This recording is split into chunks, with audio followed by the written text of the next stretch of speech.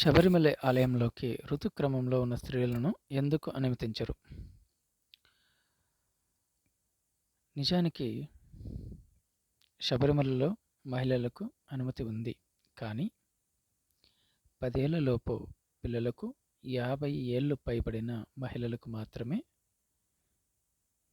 ఆలయాన్ని సందర్శించడానికి అనుమతి ఉంది. కానీ ఈ సాంప్రదాయం మొత్తం మహిళలకు వ్యతిరేకంగా ఉందని కాదు. దీనికి చాలా కారణాలున్నాయి. మొదటిది, పునరుత్పత్తి వయసు గల స్త్రీలు అనుమతించబడరు. ఎందుకంటే ఇది వాళ్ళ ఇది వాళ్ళకి చాలా ఇక్కడ అయ్యప్ప స్వామి చాలా పవర్ఫుల్గా ఉంటాడు.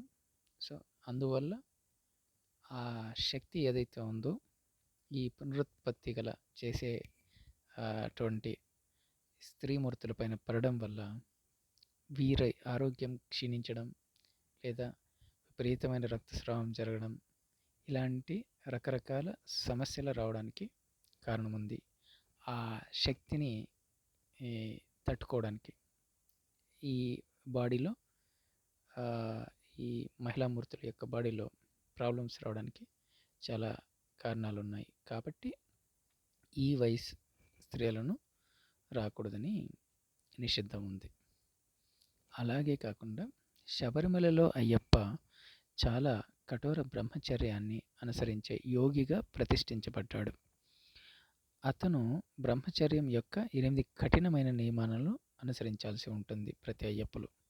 అయ్యప్ప కఠోర బ్రహ్మచారి అయినందువలన స్త్రీలు అతని ఆలయంలోకి ప్రవేశించడానికి అనుమతించబడరు. తద్వారా దేవత తన నిజమైన లక్షణాన్ని నింపుకుంటుంది. ఒక స్త్రీ ప్రవేశించినట్లయితే బ్రహ్మచర్యం యొక్క సామీప్య నియమం విరిగిపోతుంది మరియు అతను భిన్నమైన గుణాన్ని కలిగి ఉన్న మరొక రూపంలో తిరిగి ప్రతిష్ఠించవలసి ఉంటుంది. ఇందులో స్త్రీని ద్వేషించడం లేదు. అది బ్రహ్మచర్యాన్ని అనుసరించే స్త్రీ దేవత అయితే ఆమె ఆలయంలోకి పురుషులు ప్రవేశించకుండా నిరోధించబడతారు. అలాగే ఇక్కడ కూడా బయట వారికి ఈ భావనను అర్థం చేసుకోవడం చాలా కష్టంగా ఉందని అనిపిస్తుంది. ఎందుకంటే వాళ్ళకి తెలియకపోవచ్చు. కానీ తెలివైన వారు అర్థం చేసుకోగలరని నమ్ముతున్నాం.